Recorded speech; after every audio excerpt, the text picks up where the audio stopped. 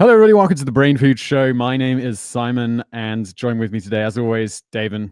How's it going? It's going. It's going. It's going. What are we talking about today?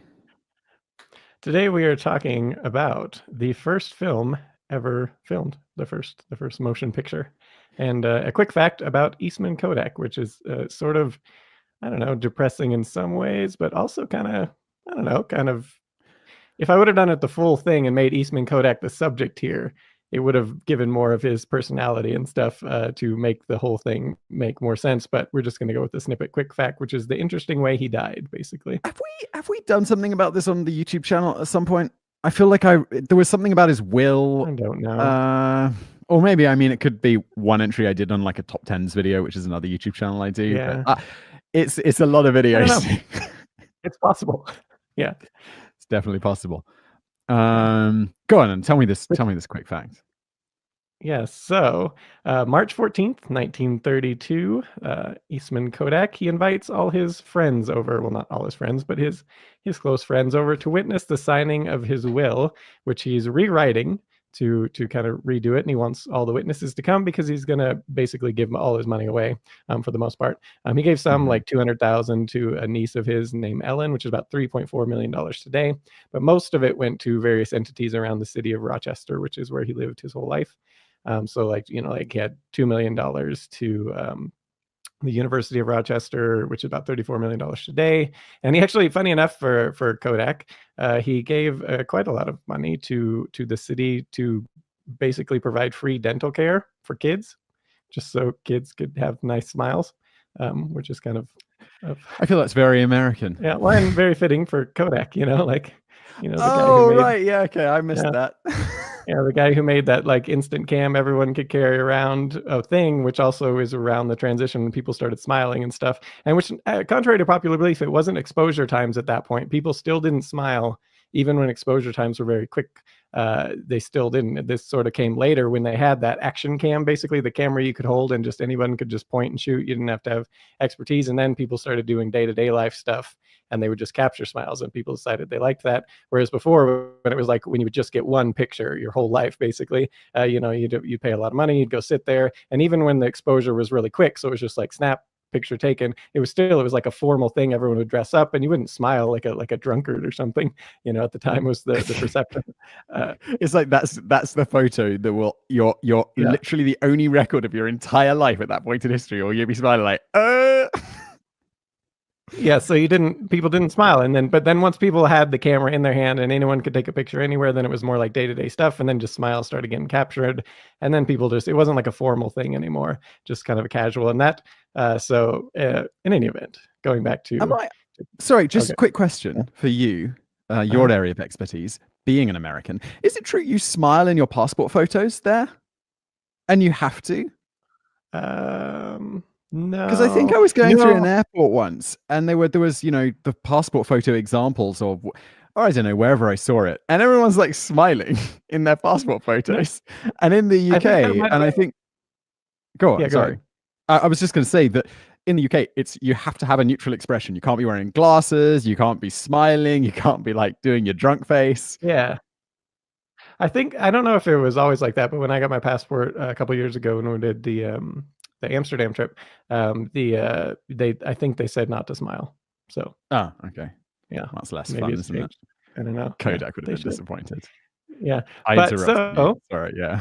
So Kodak, going back to Kodak, he redoes his will, giving a lot of his money away to random entities around the city, and then he very cheerfully, he's apparently in a quite good mood, he signs his will, and then he asks all his friends if they could just step out for a second while he just for whatever reason. So they all step out, and then George Eastman Kodak, he takes out his little pen and paper. He writes a little note. Do you want to read the note? It says, "To my friends, my work is done. Why wait? GE." Oh no. Yeah. And then he's just gonna kill himself. Yeah, he takes out a pistol, and he's 74 years old at this point, and he shoots himself in the heart, interestingly enough, which is not, I would think, how the best way if you want like painless and stuff, because you're going to live for a little bit after that, right? As your brain is slowly starved of oxygen. Yeah, well, and if you missed, Brilliant. you're gonna live for, like, maybe, a little while. So Yeah. yeah, so this, of course, brings up Wait, why when was this? Which he oh, was no, okay. 74 years So, old. I don't think I actually wrote yes, it was March 14th, 1932, 1930s. Yeah, so he might 1932. not be slowly dying of infection, but a Yeah, no, few decades so earlier. yeah. So his point of this is, for starters, his mother was until her death in 1907 for the last few years, or she lived with him until her death in 1907, and for the last several years of Yeah. her life, she was confined to a wheelchair. She slowly died. She got ill, and it wasn't a good time for her. Basically, he had to watch her suffer quite a bit. And then his sister, he watched go through the same thing, but in her case, it was polio, and she was also confined to a wheelchair, also slowly dying. And so then he writes to a friend. God keep me from being like them. Doesn't it seem strange that the clearest minds I've ever known should be taken away, taken this way? That is the sad thing about illness. It Yeah, and is. so This is depressing. it is. It's very depressing. Yeah. And Eastman, he was 74 at the time, but I think it was about a decade and a half before. It was in the 1920s anyway. So about a decade or so, he was diagnosed with a spinal condition and saw himself be confined to a wheelchair. And he wasn't happy with this, and he didn't want to go slowly over time, by illness or whatever fate. So he just decided in March of 1932 to take his own life and just end it on his own terms. Basically, he had, I guess, Mm. done what he wanted to do in life and accomplished all he did, and so didn't want to, as he said, why wait? I feel I feel with this that if I was in that position, I would just be thinking, no, next year is the year they're going to come up with the thing that will fix my spinal injury or Yeah, download my brain into a computer so I can live forever. And so I'd never want to do it. yeah, And then I definitely thought that maybe 10 years ago. Now, as I've got older and I've seen one of my mhm, grandparents just lose their mind to dementia, I'm like, oh no, mhm. I get that. Like, I'd Yeah. be. I understand Eastman here for sure.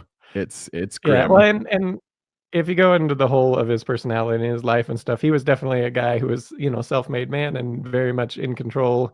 And he valued that he was very well respected. He didn't want to see him become like an invalid that people had to wait on and things like this. And yeah, it's kind of a, I don't know, just interesting end to quite a titan of industry. Yeah. Still though, I think I'll shoot myself in the head rather than the heart Yeah, to the heart be is absolutely not, morbid about it. yeah, it's not. But I don't know. Maybe he wanted to preserve his, because you shoot yourself in the head. That's just messy, and maybe even more traumatic for your friends that are all waiting out there, and they come in and they hear the gunshot. They come in and your head's blown off. There's a. So Have you read any John Grisham novels? I imagine you haven't, because you seem to be. I imagine you reading like The Count of Monte not Cristo rather than the latest pulp novel from Grisham. that is But I love John Grisham, kind and of there's a Monte novel based Cristo on this. is my favorite book. Actually, that's funny that you say that. It's Amazing. because did you guess that because I got you that leather copy of it that one No, I time? assumed this was just. I know you were talking. I didn't know this was your favorite book. I know you sent me because you were telling me about the Yeah, classics and how this which company rebinds them in these yeah, beautiful leather things. yeah, yeah, yeah. I don't remember who Oh, that that's one was, amazing. So but it's yeah, actually it your was favorite book. beautiful. It only came Yeah. to mind because it's the only classic that I own now. And have you read it? I have read like the first 100 pages. It's very difficult, man. I'm not that smart. Is It's it? the No, language is so confusing. I think the language is amazing. Like, I love how they write back then, especially like this one. I know, like, this one, of course, they're translating from French, so you got to find a good translation and stuff. But this one was good. Um, It is tricky. I am reading it. It is nice. I do feel better for it because I don't know. I've never really been a big classics reader. If you didn't know, sorry, just before the Grisham book. In the Grisham book, there's this guy, and he basically has himself declared sane by like psychiatrists and all of this stuff. Writes out his will and then mhm, kills himself. And mhm, then all of his children who look set to inherit it or something. It was like 20 years ago I read this book. And they're fighting over whether he was insane or not. Not important. What is mhm. important is today's sponsor, Skillshare, and welcome to the first live read I have ever done. So let's see if our relationship with Skillshare will continue after this.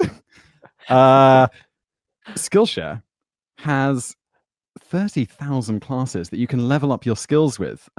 Design, business, video, social media, whatever skills. And I feel I should probably use some Skillshare for social media because my social media presence is woefully inadequate. Like, Yeah. I don't know what to do. I don't know what to say. I reply to people on Twitter and I occasionally post my rambling thoughts, but that's about it. I should take some Skillshare classes on They social had media. I was actually using Skillshare the other day, looking up their Spanish courses, and they actually have this one by this guy he's really funny, but it's like he basically is like you can learn like 15,000 or whatever it was Spanish words in 10 minutes, and like he totally delivers, and it's just What? these little quirks. Oh, I know what's gonna. Yeah, it's gonna be the borrowed words, right? It's gonna be like There's every these word that ends in like. Yeah, exactly. There's these groups, and if you do, it is like many thousands of words. Like if you know this in English, just change the ending to this, and you have the Spanish word. And sure, the endings change and stuff as you're, depending on what you're talking about exactly. Still, but you basically get the gist of it, where you can read it totally. But they actually had some other Spanish courses that actually are more thorough. But that one I actually liked. It was funny as well. The guy was a good I feel teacher. like even Skillshare doesn't clickbait then. 15,000 Spanish words in 10 minutes, but it delivers. It's clickbait. I forgive clickbait if it delivers. I looked at, have you heard of Thomas Frank? He's a YouTuber. And he has a course on Skillshare. I'm waiting for Skillshare to be like, Simon, we want you to do a course on skills. I don't know what skill it would be. We could totally do like something on YouTube or something. That's true. We could do something on YouTube. Or online publishing. My Passion of John Grisham novels. Research. They have all sorts of stuff. This Thomas Frank guy had one on. I could do one on productivity. Although Thomas Frank, he seems to know more about it than me, so they've probably got that one covered. It's good. Anyway, enough with Skillshare. You can support BrainFood Show, the BrainFood Show, I should say. I've got some notes here and I typed it out wrong. You go to Skillshare.com/brainfood. You get 2 months of a free trial for free, obviously. Again, that's Skillshare.com/brainfood. I hope that first live read was okay. Let's see what Skillshare think. And smooth transition into today's main topic. What are we talking about? We're talking about the first film ever made and the whole story behind it, which is really interesting because it's not just about the first film. We're going to go into a guy by the name of Edward Muybridge and sort of a little drama of his own that involved a gun in the process. It's good. So let's jump into it. The first films. A little drama. I'm fairly sure he kills someone, doesn't he? Yeah, he does, and unabashedly kills them. It's like, yeah, I did it. That's right. And gets away with it. So we'll get into that shortly. So the first films they were like, if you think for people, just think like animated GIFs. That's what they were, just these little short clips. So we have like, some of the first ones were of course, people have probably seen the train arriving at the station, which was like, wowed audiences at the time, or like a boxer throwing a punch, which is another big one. Amazing. Yeah, but it turns out before all of these, there was Edward Muybridge, and in 1878, the first film ever was The Horse in Motion. And so while he did like hundreds of things beyond this, but this one that were actually more meant to entertain and also educate. And this one was definitely in the educational genre, to where basically they wanted to answer a question. So The Horse in Motion was, people found wildly entertaining at the time, because there's, I don't know, I guess 15-minute standing ovation at Sundance. Yeah, basically, because you can see, if you see something like amazing technologically or like some cool special effect, it is entertaining. And this would have been like, whoa, I came up with a fairly good analogy for this. Have you tried virtual reality? No, I haven't yet. Okay.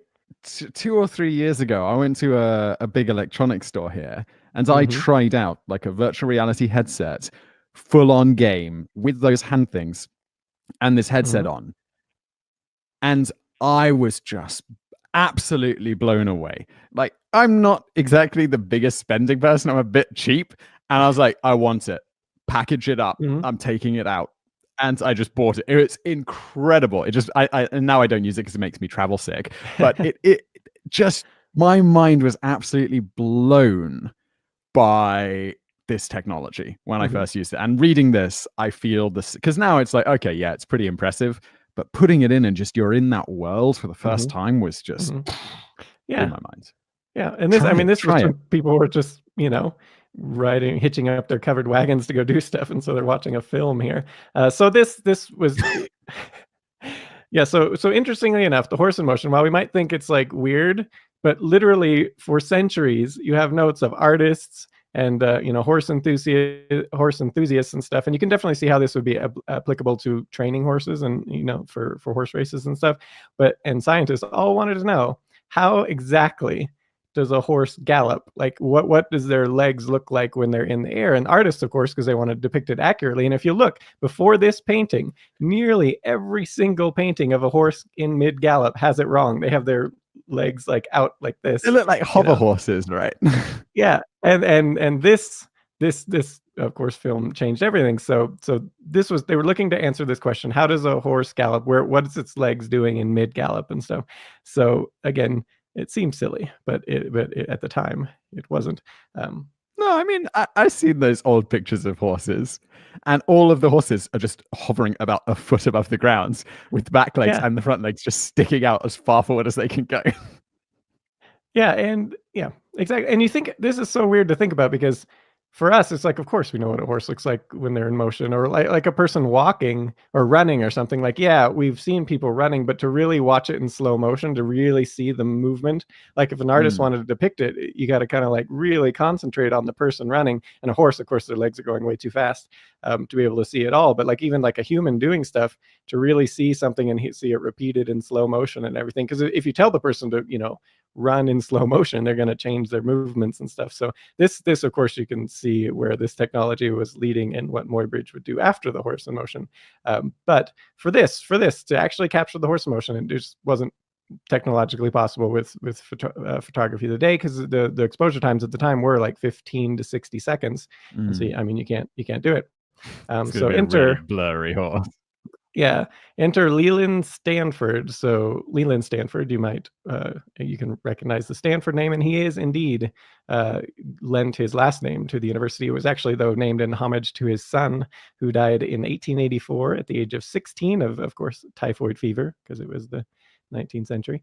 And so Stanford actually sunk about $40 million into Stanford University, which is about a little over $1 billion today, which was about at his peak of his wealth, was like about 2/3, I believe it was, of his wealth at the time. So to the Leland Stanford Junior University, which is everyone just calls Stanford, but it's still actually officially Leland Stanford Junior University. It'd be a bit weird if you were like, yeah, I went to Stanford Junior. Yeah. So, what is that? Yeah. It looks less impressive on a CV. It does. It's like junior university. But yeah, so Stanford, how did he make his fortune in the first place? He basically started at first selling mining equipment for the California Gold Rush, which was the real people who got wealthy. Most of them during the Gold Rush were those people. And then eventually he actually became the governor of California. Partially, he was quite prominent because he started getting involved with the Pacific Railroad. And then, of course, as his position as governor, he then used it to enrich himself and his fellow railroad tycoons. He was quite corrupt by modern standards. Yeah, robber baron style. Yeah, he was. But he made a ton of money, and his peak was about $1.5 billion in today's money. So he bought lots of fancy things, mansions, vineyards, all that. And also the subject to bring it back to today is a racetrack in Palo Alto. And he basically wanted to figure out how horses run exactly to better their training, so his horses could run better and win and whatnot. So then he's looking for the best photographer in California. He finds Edward Muybridge, and he says, "Hey, I'm going to give you a lot of money, and you can take this picture for me." And Muybridge is like, "Well, no, I can't. That's not possible." And Stanford is like, "No, I'll give you all the money, and then you'll figure it out." Would more money solve this problem? Yeah.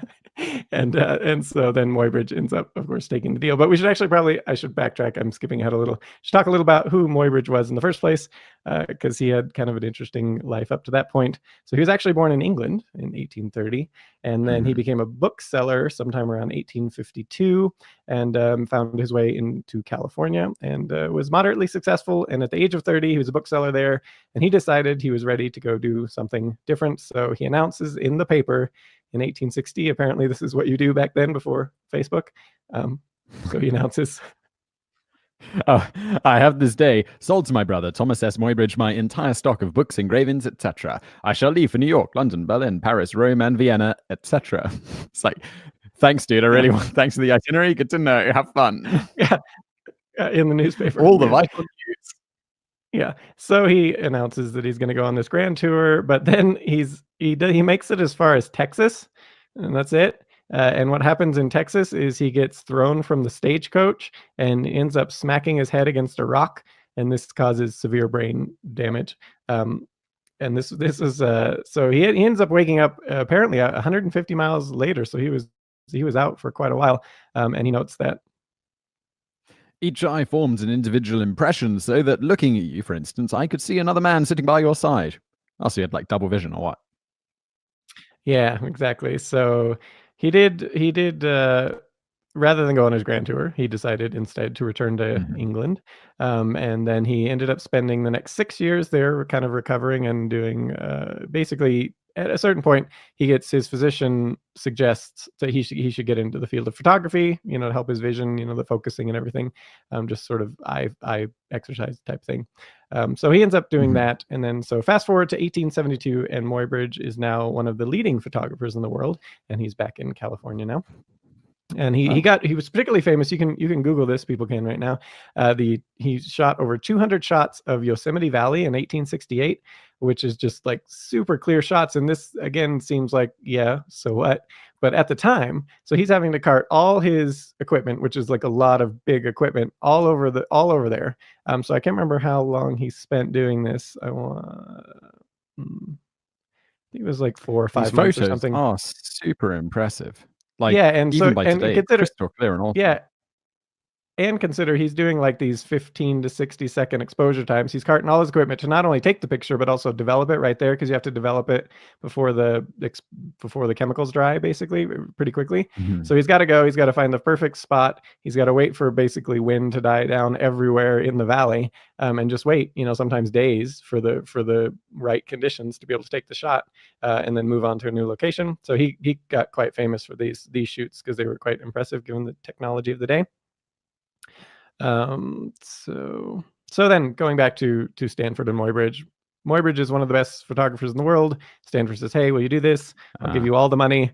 Muybridge eventually agrees to do it. And so they spend the next 2 years basically trying to come up with better chemicals and stuff to use that'll do faster exposure, better shutter designs, and things like this.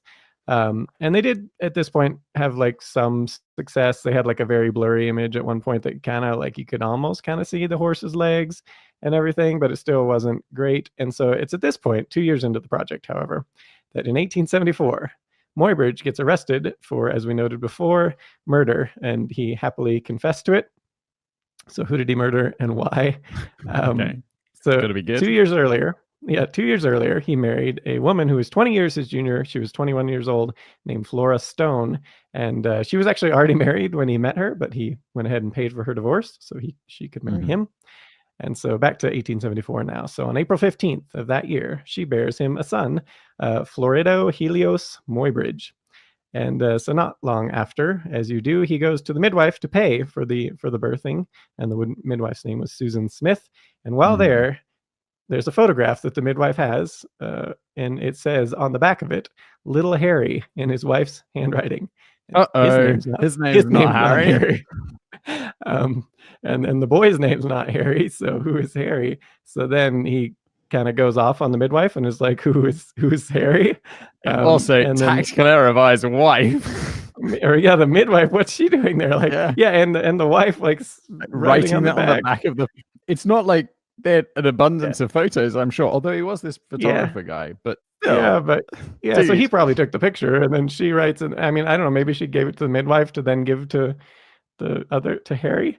I don't know what the story there is, but after he goes ballistic, he eventually gets the midwife to confess that in fact his wife had been having an affair with one Major Harry Larkin, and so the midwife would later recount what happened next. When I told Muybridge of the affair, he cried like a baby. He then asked her, "Whose baby is that? Mine or Larkin's?" She replied, "I don't know." She then told him she had seen his wife on the bed with her clothes down to her waist, and Larkins sat on the bedside.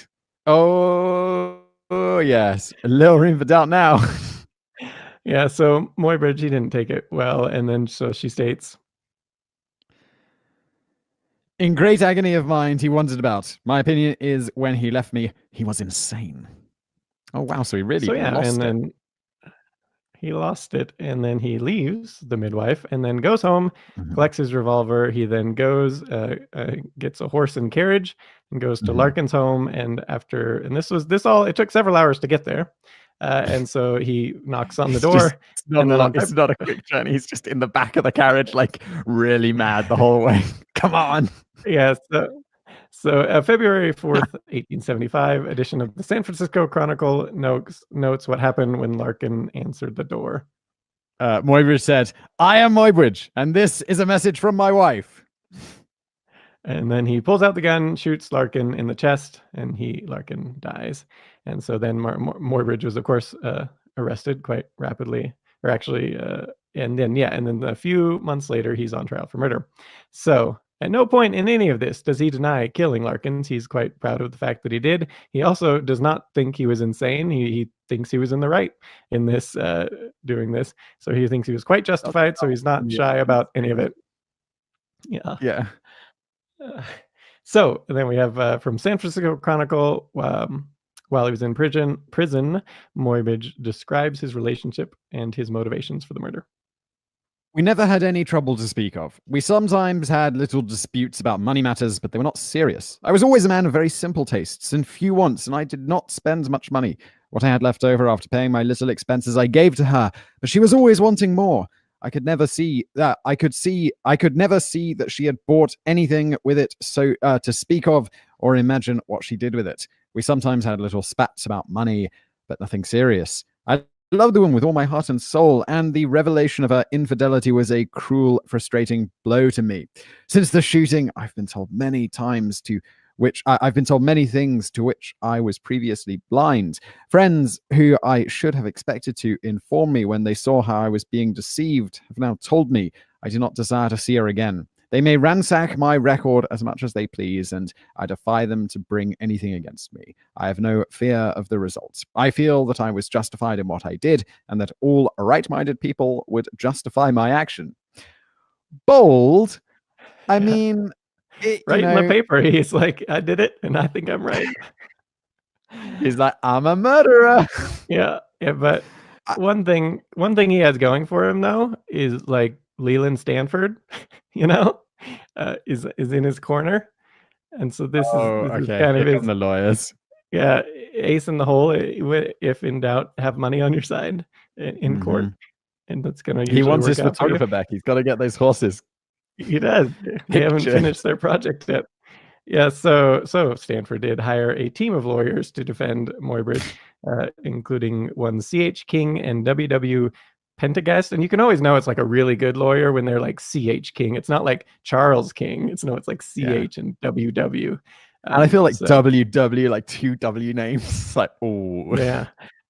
Yeah. A teacher at school, my school had WWW, three W names. I was like, that's just excessive. It is. So they do, the lawyers outline in their opening remarks on February 3rd, 1875, the sort of the defense they're going to use. "We claim a verdict both on the grounds of justifiable homicide and insanity. We shall prove that years ago the prisoner was thrown from a stage, receiving a concussion of the brain, which turned his hair from black to gray in 3 days. He has never been the same since." I feel this is a super old school defense. Like, what happened? His hair turned from black to gray. He must be insane. Well, yeah, see, they got like 3 things there. They got 1, it's justifiable, 2, he's insane, and number 3, he got hit in the head, so, he's not right in the head. Don't So forget the they're hair kinda thing as doing well. a broad approach, which I think is kinda contrary to what usually lawyers do, right? Usually, you wanna pick your best argument and forget about anything else, right? But they're just kinda throwing the whole wide berth and see what happens, see what sticks, throw spaghetti at the wall approach.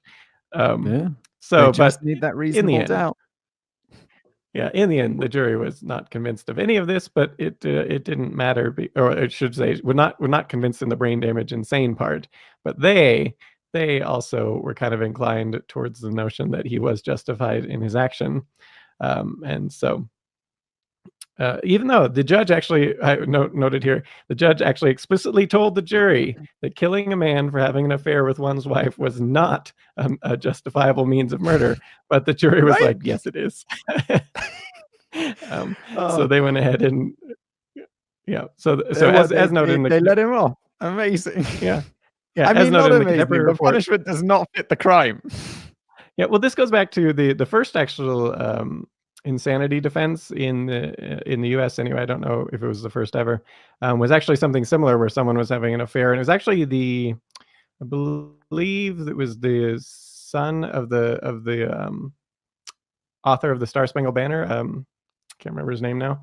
I Yeah, think he dude, was I'm the one not that gonna be got able to killed. help you right there. Yeah. I'm pretty sure he was the one that got killed. Either that or he was the one who killed someone. I think it was him that got killed. But either way, that was the first insanity defense, and it was the same sort of thing. And it was also in that case was also like the guy was totally not insane. He just did it because he thought it was the right thing to do. But the jury, again, in that case, also was like, yeah. Um, so they let him off. But anyways, going back to Muybridge here, as noted in a contemporary report in the San Francisco Chronicle on what the jury thought. The jury disregarded entirely the theory of insanity and, meeting the case on the bare issue left, acquitted the defendant on the grounds that he was justified in killing Larkins for seducing his wife. This was directly contrary to the charge of the judge, but the jury did not mince the matter or attempt to excuse the verdict. They say that if their verdict was not in accord with the law of the books, it is with the law of human nature that, in short, under similar circumstances, oh man, old school legal writing is hard to read. I'm going to go back a little. That in short, under similar circumstances, they would have done as Muybridge did, and they could not conscientiously punish him for doing that. They would have for doing that they would have done themselves. Got it. Yeah. Also, this is like reading the Count of Monte Cristo. Which is Like, great. it's all the weird phrasings and like roundabout language and the use of different words. But Well, it's funny fine. is when I read a lot of books like that, like if I'm like reading it for like months and not reading like more modern stuff, when I'm then writing the articles and scripts and stuff, people always comment is like, "What do you do?"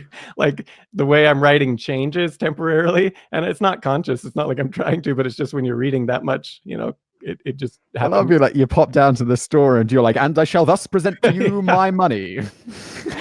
Like, all right, Exactly. thanks. Yeah. You weirdo.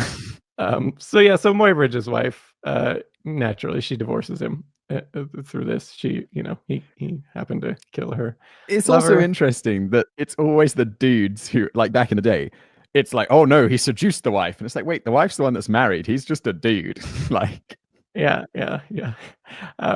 Exactly. So, yeah, she actually, unfortunately for her, she dies 9 months later of some illness because 19th century, that's what you do. yeah, So either that or Muybridge learned his lesson and became a yeah, silent killer. yeah. So I'm gonna get sued Florado. by the Muybridge estate. Well, they have that murder tree. Did we do that one on the murder tree that one time, which is like the thing that no one checks for in like most because it's such a rare. I can't remember if it's the fruit. There's something on it where the fruit a nut or something, and you can extract. Is And that an Indian thing? yeah, and it's nicknamed the murder tree because it's basically it's not untraceable if they know what to look for. But if you don't, and there's no reason you would think to look for it in most of the world, then it ends up just being, oh, you had a heart attack or whatever, like Sounds like you know a lot like about this, cardiac baby. arrest.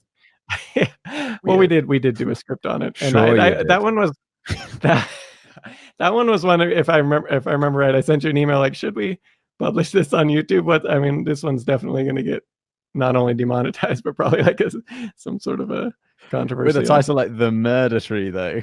Yeah, it didn't, and I don't even think it was demonetized. But then you know what was demonetized?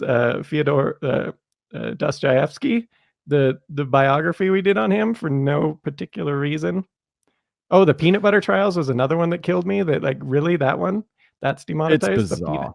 It's a court case. Like, yeah. Anyway. It's like, this video has been manually reviewed by a monkey? Yeah. A mentally deficient individual? Someone who manually someone who's trying to meet a quota. Yeah. They probably need to meet a quota, so they got like 5 videos up at once, and they're just like, you know. We did on my other channel, Biographics. We've like done a bunch of like Nazis. They were all demonetized. We did Adolf Hitler. And it's like, sure, we'll pay you for that one. Yeah, Murder Tree, I think, was A-okay. But either way. So bizarre. Sorry. Moira's wife, she divorced him, dies shortly after. Poor Florado, the boy. So, you know, he's not even a year old at this point. And his mother's dead. His supposed father, at least Muybridge and the mother thought was the father, is also dead. Muybridge did. He puts him in an orphanage, but he does support him. Like, he provides money for him to you know, be educated and all that sort of business.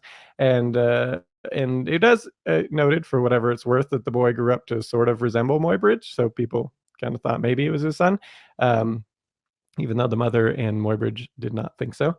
And then actually the boy himself seems to have thought so, because on his tombstone was written Florado Helios Muybridge, and then it was the son of photographer Edward James Muybridge. So he seems to have think so, or at least claimed Muybridge as his father. So whatever the case, going back to Muybridge, so he travels after the murder thing. He doesn't go initially back to work for Stanford right away, but ends up traveling, taking pictures around South America about a year, and then he returns, and he's finally going to go back to answering the question of how a horse runs, basically. So Stanford, again, he ends up throwing all the money at him, and the whole project ended up only costing about $50,000, which is about $1.14 million today, which is a lot of money. But when you consider there was like a whole staff, and they're developing a whole new way to take pictures faster, better shutters, that sort of business, not that expensive, really. So they end up have many failed experiments over the again the 2 years before the murder, and then after as well.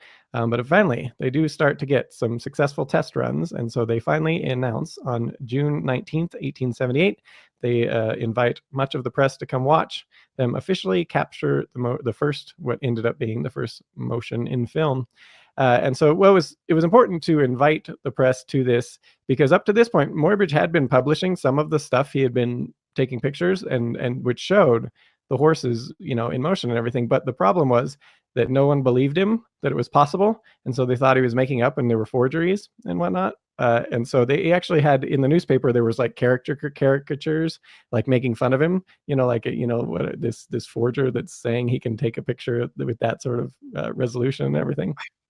I feel that's really a testament to quite how shocking this technology was, where people literally do not believe that it can exist. Yeah, so he wanted, exactly. So he wanted the press to be there. He wanted them to see them take the pictures, see the horse running, so they see the jockey on those. So they witnessed it with their own eyes, so they can match what's showing up in the pictures. And he wanted them to watch him, you know, develop the pictures too, which they had to be developed quite quickly at the same time. So anyway, but they're there, they get to witness the whole thing, so no one can doubt that he did what he said he did. And so in the end, they have the setup here is basically there's a white shed, and in the white shed is about a dozen cameras, and each one has 2 lenses and with 2 separate exposures per camera. And the whole point here was just in case one of them didn't turn out one of the pictures. So each camera would just, you know, it was basically 2 cameras taking a picture at the same time, 12 of them in succession. So they're going to get 12 frames basically. And then on the other side is a white background to just get better contrast and whatnot. So, and then there's 12 tripwires along the way, along this little track, which the horse is then going to impact and trip to actually take the picture at each successive camera. So, and they're about 30 centimeters or so apart, so about 21 inches or so apart. And these tripwires just control the shutters. So, okay. Press are there, they're watching. They got master trainer Charles Marvin. He's sitting on Stanford's one of his racehorses, and so gun goes off, it runs, and it takes just a half second for it to trip all 12 of the cameras. So that's fast. It's like 24 frames. So 24 frames a second. It's Yeah. almost modern movie frames. Yeah. Yeah, that's true. That is what they do. So they all the cameras take the pictures. They all turn out perfect. He goes, he has only at this point 10 to 20 minutes to develop all 24 total plates, because if the chemical's dry, then it won't come out. So he has to do it quite quickly. But he's all set up. They watch him do this, so they can't, say it was all a forgery or whatever. And so then, yes, they okay, now I lost my place. The consequences of the live version of the show. Yeah. I did. I lost my place because I already covered like half a page of stuff. I skipped ahead. So yes, they see him develop the pictures. He shows them to him. They're super clear. You can actually Google this and see the pictures of the horse in motion. You can watch the thing, and you can even see they were so good that they noted that you can see the thread-like tip of Mr. Marvin's whip in each negative. So even just the little whip, they could actually make that out. So the press, then they make wood cuttings of the stuff. That's how they actually got it transferred to the papers. And so it's just everyone could see that, yes, the horse did fly through the air, but not how everyone thought with the splayed out legs. Everyone thought that the legs would be out in the air, so the horse is kind of floating through there with the legs out. But it turns out it's actually when the legs are tucked in, that all the hooves leave the ground. Which you can see, I'm looking at it right now. I've got it in front of me. We've really got to sort this out. So when we live stream this show, for everyone listening on a podcast, we got to do it so we can throw out these images. Because, you said how they were making the cartoons, like the newspaper guys would, what's it called? Cartoon it? Caricature it. Yeah. And you can see when the horse kind of has its legs up in the air, it does look a bit funny, doesn't it? It does. And this gets into some of the artists. They took the news well and were like, yeah. And so a lot of artists contacted Muybridge. They wanted more information. They wanted so they could depict in future their stuff right. But some of them were not happy about this because it does make their fancy paintings that they've spent, their lives putting together all of a sudden just look like comic things, like just silly. And so, actually, August Rodin, who's best known for his sculpture, The Thinker, he went the other way. He was one of those that didn't care for this. He noted. Now I've lost my place. It is the artist who is truthful, and it is the photography which lies. For in reality, time does not stop. Yeah, except it does in a photo. Yeah. Yeah, and kind of in a painting as well. But this one, did you, Rodin? Yeah. So the stunt was successful. Muybridge now had a new way. He could actually film for the first time in human history. You could actually film motion, things in natural motion, and then repeat it over to watch, even in slow motion if you wanted to. And all this when you put all the frames together in, which he invented a little bit later, that called the zoopraxiscope. That's what he called basically the world's first movie projector. And it was just basically this, where it was this, you can, again, Google this and you can see just a device where he puts all his pictures there, and then you shine the light through, and then it rotates, and then it projects up as you can see it as it's in motion in a film. It's like, I feel most technical museums of any variety have a replica of one of these machines. I feel I've seen and so different museums over the course of my childhood. Yeah, and so he actually around and yeah, exactly. His looks a little different. Like it's you'll see. People can just Google it now, or I'll put a picture up when I publish the podcast version. But yeah, so actually the world's first filming where they actually showed it using the zoopraxiscope was on the fall of 1879 to Stanford and some of his friends. And so there was one reporter also noted there of the first movie screening. Nothing was wanting but the clatter of hoofs upon the turf and the occasional breath of steam to make the spectator believe he had before him the flesh and blood steeds. Well, in black and white. Well, but it's just like you said with the virtual reality, where it's like it just blew their minds. It's like, this is amazing. It looks so real. The first ever film. No one had ever seen anything like that.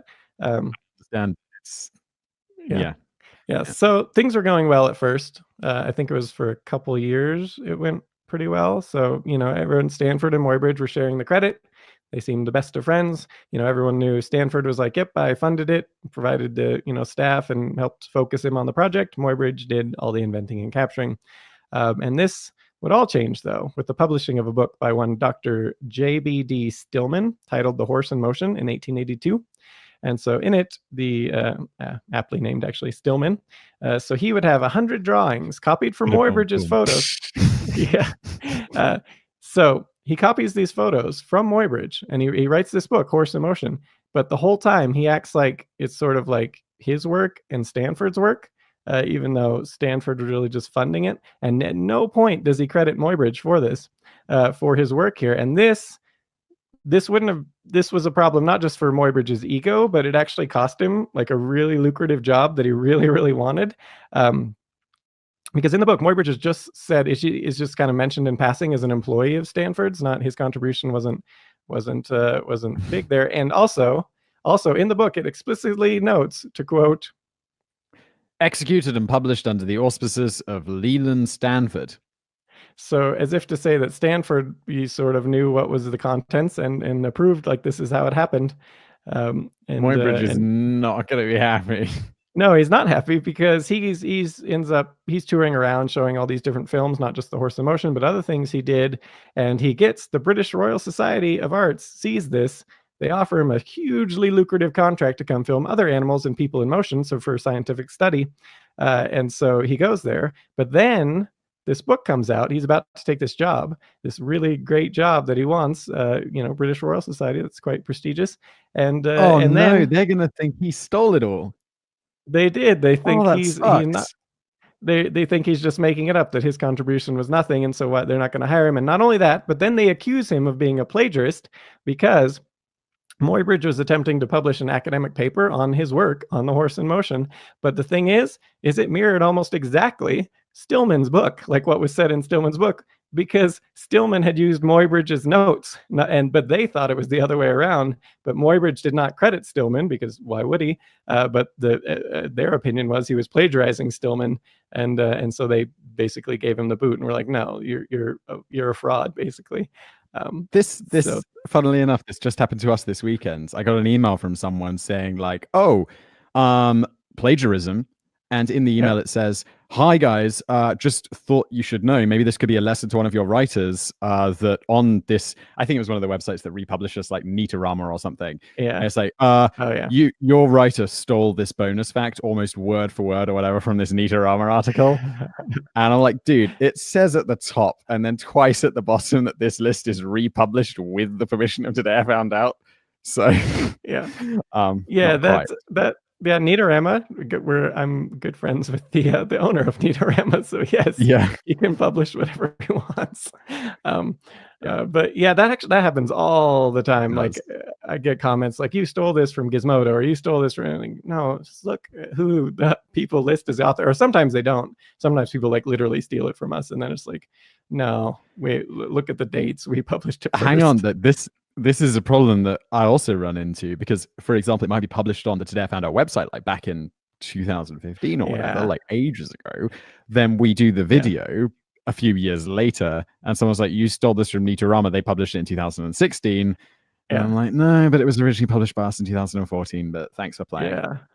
Yeah, or the other one that happens sometimes is just on topics, where there'll be some channel that'll publish something on some topic, and if they did a good job, if they covered it thoroughly and we cover it thoroughly, it should kind of match up, Yes. So it's like, you can't copyright facts. So it should inherently, and so that doesn't happen as often, but every now and then it will happen where someone will publish something and then we'll publish it. But like literally sometimes, like, these scripts are from like I have like 800 pending scripts to go through right now from like years ago that have been submitted that I got to do my thing to. And so like it can be like a duration of years from the point when we get the topic and then write on the topic, and then I edit the topic, and then we make the video. And so it's just like, it's not, our work cycle is not that rapid to be able to be like, oh, someone published a video a week ago and we did something similar. No, at minimum, we're talking like a month probably. People are like, you and Vsauce did the same video on the same day. Coincidence? Yeah, entirely coincidence. How long? You think we just put this together in 4 hours after we published that video? But that happens sometimes as well. But in any event, going back to Muybridge, so he's now, his reputation is ruined, like the British Royal Society. I mean, so basically everyone in the UK thinks he's a fraud. A lot of people back in the US think he's a fraud because of this book. And so Muybridge actually he notes how devastating this was, lamenting. The doors of the Royal Society were thus closed against me, and my promising career in London was brought to a disastrous close. Yeah, so he sues the publisher of the book, and he sues Stanford himself as well. And like, he has a legitimate lawsuit here. This is, kind of ruining his reputation.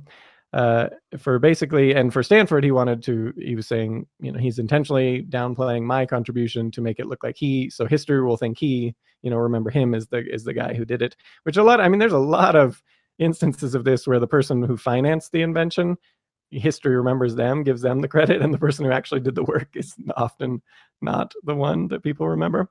That happens a lot. So Muybridge thought this was happening. He ended up losing the lawsuit, but in the interim, the University of Pennsylvania came along, and they did believe that he actually did it, and they gave him basically a similar contract to what the British Royal Society was offering. They wanted, like, birds in flight. They wanted nude men and women to watch them do various things, like just random things, like carrying buckets, going up and down stairs, hitting baseballs. They just wanted to see this sort of thing to watch, to study the motion, in slow motion. Nowadays, when they film nude men and women, they're up to different activities than hitting baseballs. Yeah, you can go see a lot of these. You can see, if someone said that, I'd be like, is that some analogy? I don't know. Yeah, well, they did have dancing and stuff, and at one point Muybridge himself was naked swinging an axe to, like, chop a bit of wood, and that. So of course you can go see, if you want to go see Muybridge naked chopping some wood, which does kind of sounds that definitely sounds like an analogy. Yeah, so they got it, and naked Muybridge chops wood. Yeah. So this chopping that wood. Muybridge did. Now he's quite famous for this. People are quite fascinated by these things. And Muybridge, he was more in it for the art, but he was making money for the science of it. And it would influence a lot of artists. They wanted to see these things in motion, because it's not, again, it's like, we've seen stuff in slow motion like that, but to really, like, if you're an artist, for instance, in Hollywood, which this is the animators in Hollywood really picked this up, was everyone, like, Muybridge's books were the gold standard that you'd have on your desk to just be able to look at motion, the stills. They could, like, flip through and look at the stills to see how to draw them. Mm-hmm. And without this, it would have been much harder. And Muybridge also, horses. You can watch some of these. Muybridge actually, the bullet time from, like, The Matrix, like, that was probably the most famous, where they go around. They got the cameras all around and at different levels and everything. And Muybridge was the first to do this. He did this exact. This? No, I did this at, like, an exhibition a few years ago with a group of friends, and they had, like, a bullet time setup. And it's amazing. Mm-hmm. So you stand in the middle of the stage, and we all jump at the same time, and then there's this whoosh shot as the stills whip round, and then they make you, like, a 2-second video or whatever of bullet time. It was awesome. I'd recommend it. It's a lot of fun. Yeah, that is cool. And Muybridge, though, was the first to do this, and you can see a lot of the stuff he films. He does this exact thing where he's got the cameras all set around, and that was actually, I think, the him naked chopping the wood is one of those bullet time ones, and so this has been popular in cinema since. But he was bullet time wood chopping. Yeah. So yeah, in the end, like, pretty soon after this, couple decades after this, the Lumiere brothers and Thomas Edison and whatnot would come along and advance the technology quite a bit. But Edison actually consulted with Muybridge quite a bit when he was developing his own system, better system. And so this kind of evolved from, now films weren't just short animated GIFs, basically, but to lengthy productions. And Muybridge, actually, he predicted this. He saw this. So we have a good quote about what cinema would become, according to Muybridge. In the not-too-distant future, instruments will be constructed that will not only reproduce visible actions simultaneously with audible words, but an entire opera with the gestures, facial expressions, and songs of the performers, with all the accompanying music. It will be recorded and reproduced by an apparatus combining the principles of the supraxiscope and the phonograph for the instruction and entertainment of an audience long after the original participants have passed away. Wow, spot on. Yeah. Yeah, he was exactly right. And then, but he actually, while he was quite famous in his day, he very quickly became forgotten as more advanced technologies came along. And what's kind of funny, just a little footnote to his life here to add insult to injury, after he died in 1904, his tombstone actually has his name misspelled, inscribed Edward Maybridge instead of Moybridge. That's so yes, unfortunate. Also, history the forgets him at spelling his of tombstone. Edward.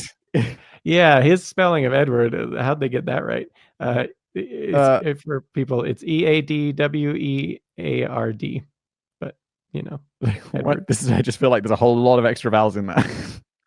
There is, Eadweard. Yeah. And that's that today. I like this. Other than the murder Mhm. bit, which was quite dark, this was nice I and don't know, I think light-hearted. it makes it more, it's like a little more interesting that way. It's not just about the first film, but also this side story. It's like Yeah. like every Star Trek episode, you have your A plot and your B plot, It's true. that always runs along in the episodes. You gotta have both. Makes it more I interesting. feel like I should mention how excited I am for Star Trek: The Card. Did you watch that trailer, right? Yeah, I usually don't watch like the trailers like that. If it's something I know I'm gonna like, I don't want Yeah. to see anything normally. But this time I couldn't resist. If you do, you're ridiculous waiting for the show to finish its entire run before you watch these episodes. I'll be very upset because I will need someone to discuss this with. Yeah, I think I might break my rule on this one. Good. Because I probably will because it's Star Trek. I think you should. And All right. Tell you what, got, if you don't, I'm going to absolutely brutally spoil it for you. Yeah. Well, and apparently it's got like, I always thought that like they should put together like the dream cast of the best characters from each of the Star Trek. So you have the Doctor on Voyager, Yeah. you got like Geordi and of course Picard, and you just kind of put them from all the different ones. A Quark on Deep Space Nine, put them all in one show, and it seems like they're kind of starting to do that. Like supposedly the Doctor is going to make an appearance. And, 7 and 9 as well. Always solid. No mention of Geordi, LeVar Burton, but yet. But they do have like Troy and whatnot. Troy was never my favorite character. Yeah, but at least she was decent. She was. Yeah, most of the Next Generation cast was decent. Barkley, they should have Barkley because I think Barkley was one of the best characters on the whole thing. He was like the everyman, like the character everyone can relate to. It's like they have all these futuristic people, who are all like, all got it, everything, they got it together. And then there's Barkley, who's just like completely flawed, but also kind of awesome at the same time. Yeah. Barkley. Yeah. Do we have anything we need to announce or cover? I suppose we will probably cross 2 million subscribers on our YouTube channel today, which is pretty rad. Thank you, everybody. Probably like as we're recording this, I think. Most likely. I could check for you right now if you're excited. I checked it when I had my coffee this morning and we were about 60 subscribers off. I'm going to check right now. This is thrilling pod.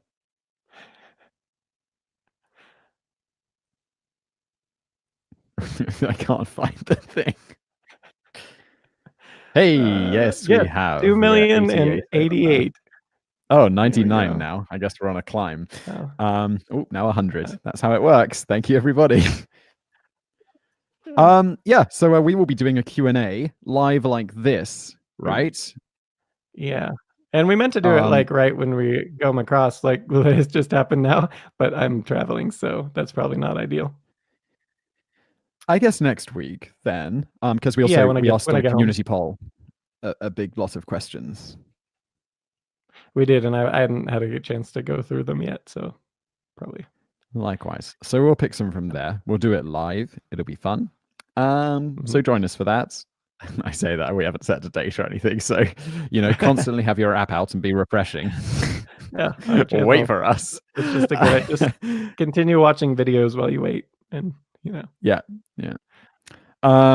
So there's that. Reviews. Thank you. Do we have a contest winner? Did you pick a contest winner yet? I did on my home computer. I was about to say you're forgiving. Because you're traveling. I was gonna say you're forgiving because you're traveling. I'm just lazy. It's on a document, a spreadsheet in my home computer, and it's there. There's a winner. 3 winners actually, but because you do a couple of follow-ups. So we occasionally give away. we occasionally give away Amazon gift vouchers to people who review our podcast on whatever platform you like. I mean, as long as it's not some tiny one that we're never going to find, but we go through the major platforms. Yeah, leave us a review. That would be fantastic. I'll also, rate, review. I feel like there's other stuff I normally say, but I've forgotten it all. It's brilliant work, Simon. Yeah, definitely go listen to the podcast version because that's way better than YouTube. We do it. It's more highly polished. We cut out the stupid stuff, and it helps us out a lot more. It does. That would be grand. On that note, we'll be back next week with another brand new show. Thank you, everybody, for listening. And if you are listening to the podcast version, or for whatever reason you do feel like watching the live version, you could do that as well. But don't necessarily have. It would. Yeah. It's less good that way around. For now, thank you, everybody, for listening, and we'll be back next week or whenever we want to do another one. Thanks for listening.